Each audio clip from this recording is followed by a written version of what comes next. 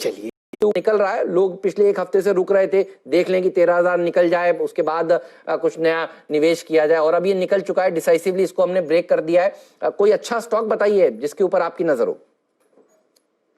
तो आईटी का जिक्र बार बार हो रहा है सुबह से, और काफी मजबूत तरीके से शेयर्स योगदान दे रहे हैं। और अगर मुझे कोई एक मझौली कंपनी पसंद करनी हो आईटी में, तो एक नहीं, मैं दोनों ही जो जुड़वा है, एल&टी इन्फोटेक और एल&टी टेक्नोलॉजीज, ये दोनों को ही पसंद करूंगा। और जो तिमाही नतीजे गए हैं दूसरी तिमाही के, उस पर अगर आप नजर डालें या गौर करें तो मेरे ख्याल से बहुत ही शानदार तरीके से, उम्मीद से बेहतर आंकड़े लेकर के आए थे। तो दोनों ही जुड़वा, एल&टी इन्फोटेक और टेक्नोलॉजीज। बताइए, ये ऑटो एंसिलरी शेयरों में आपका कोई फेवरेट वाला शेयर? मारुति के स्टेटमेंट ने सारे ऑटो एंसिलरी शेयरों में जान भर दी है दरअसल। बिल्कुल जान फूंक दी। और अगर एक स्टॉक काफी समय से जो हमें पसंद है ऑटो एंसिलरी में, वो है मिंडा इंडस्ट्रीज। ओके। और अभी हाल ही में हमने नतीजों के बाद हमने हमारा जो लक्ष्य था वो ऊपर की तरफ बढ़ाया है। और मेरे ख्याल से इनका जो कामकाज भी है, जो भी पुर्जे बनाते ही हैं गाड़ियों के लिए, और उनके जो क्लाइंट की लिस्ट है वो भी काफी मजबूत है। तो अगर कोई एक ऑटो एंसिलरी में एक शेयर पसंद करना हो तो ऑफकोर्स वो मिंडा इंडस्ट्रीज होगा। दिन का ये सारे के सारे टायर शेयर निकल चुके हैं। बालकृष्ण इंडस्ट्रीज पिछले कुछ दिनों से 52 वीक हाईज लगा रहा था, और जेके टायर भी अपने हाईज लगाने के बेहद करीब इस समय खड़ा हुआ है। इस स्पेस पर आपकी टिप्पणी प्लीज।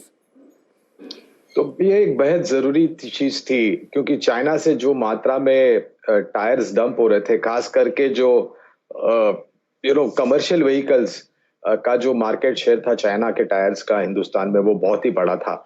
और अगर आप मुझे पूछे तो जो सेफ्टी स्टैंडर्ड्स होते हैं उनको वो बिल्कुल खरे नहीं उतरते थे चाइना के। खाली एक ही था कि सस्ते मिल रहे थे करके हमारे यहाँ पर जो स्थापित भारतीय कंपनियां टायर बनाने वाली, उनको एक लेवल कंपटीशन नहीं मिल रहा था। और ये काफी लंबे समय से मांग भी थी ऑटोमोबाइल और tyre manufacturing association of companies की सरकार को, कि भाई आप चाइना से जो माल आता है, सस्ता माल आता है, और सेफ्टी को लेकर के बिल्कुल यहाँ पर कोई सीमा नहीं होती, तो आप इस पर कदम उठाएं।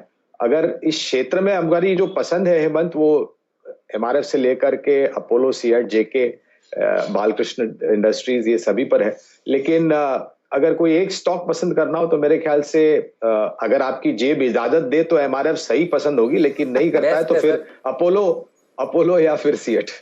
चलिए, अपोलो या सिएट। आज दोनों में आज एक तगड़ा एक्शन देखने को मिल रहा है। गौरांग सर, ट्रैक कर रहे हैं आप इन्हें, पीएफसी, आरईसी को, और पावर वाले स्पेस में आपके पसंदीदा बताइए प्लीज। 3 स्टॉक, पीएफसी, आरईसी तो है ही, लेकिन उसके साथ एक और स्टॉक है पावर ग्रिड। और ये दोनों ही कंपनियां, आरईसी और पावर ग्रिड, जिस तरीके से इनका भारत देश में जो नेटवर्किंग, जो हम कहते हैं ना, ऊर्जा का वितरीकरण करना और गांव-गांव तक ऊर्जा पहुंचाना, वहां पर इनका कामकाज बहुत जोरों शोरों से चल रहा है। और उसके साथ साथ जो विस्तार योजनाएं हैं, वहां पर भी इन्होंने काफी मात्रा में पैसे लगाए हैं। तो ये दोनों ही कंपनियां, अगर आप पसंद के हिसाब से पूछे तो पहले पायदान पर पावर ग्रिड आएगा, उसके पश्चात आरईसी, और तत्पश्चात पावर फाइनेंस, पीएफसी। और सरकार की भी जो योजना है उसको देखते हुए मेरे ख्याल से इन सब कंपनियों पर आपको ध्यान बिल्कुल देना चाहिए।